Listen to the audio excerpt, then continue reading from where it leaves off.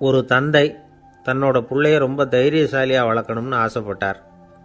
அதுக்காக அவனை கூப்பிட்டு உட்கார வச்சு இப்படி உபதேசம் பண்ணார். இதை பாருப்பா, நான் உன்னாட்டம் இருக்கிறப்போலாம் எதுக்கும் பயப்பட மாட்டேன், ரொம்ப துணிச்சலாக இருப்பேன். ஒரு நாள் ஒரு அப்பாவி எலிய ஒரு பூனை துரத்திட்டு ஓடிச்சு.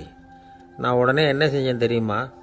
அந்த பூனையை பிடிச்சேன், அது வாலில் ஒரு பட்டாசு சரத்தை கட்டினேன், கொளுத்தி விட்டேன், படபடன்னு வெடிக்க ஆரம்பிச்சுட்டுது. அது துள்ளிக்கிட்டு அங்கேயும் இங்கேயும் ஓடி இருக்கு பாரு ஓட்டம், ரொம்ப தமாஷு அப்படின்னார் அப்பா. இப்படி சொல்லிவிட்டு பையனை பார்த்து, இதை கேட்கறதுக்கு உனக்கும் துணிச்சல் வருதா? நான் என்னுடைய செயலை நீ கேட்குறப்போ உனக்கு துணிச்சல் வருதா அப்படின்னு கேட்டார். வருதுன்னா பையன்.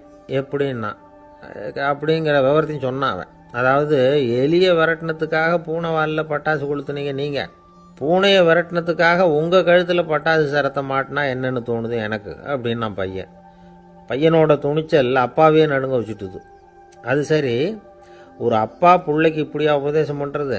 தென்கட்சி கோ சாமிநாதன் ஐயா அவர்களின் இன்று ஒரு தகவல் நகைச்சுவை கதைகளை கேட்டு ரசித்தமைக்கு நன்றி.